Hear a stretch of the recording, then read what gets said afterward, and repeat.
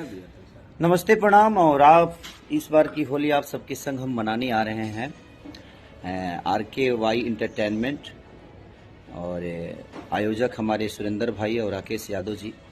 जो कि मलाड ईस्ट में रामलीला मैदान, जहां हर साल हम पहले आया करते थे, लेकिन कोरोना के बाद थोड़ी सी सबको प्रॉब्लम हुई और शाम के 4 बजे रुआ सबसे मिले हम आई मुंबई 7 मार्च शाम 4 बजे रामलीला मैदान हीरा बाजार के बगल में नमस्ते, प्रणाम। और आप इस बार की होली आप सबके संग हम मनाने आ रहे हैं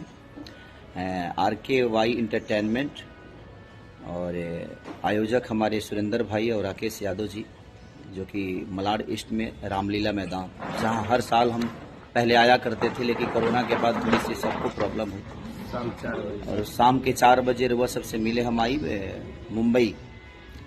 7 मार्च शाम 4 बजे रामलीला मैदान हीरा बाजार के बगल में।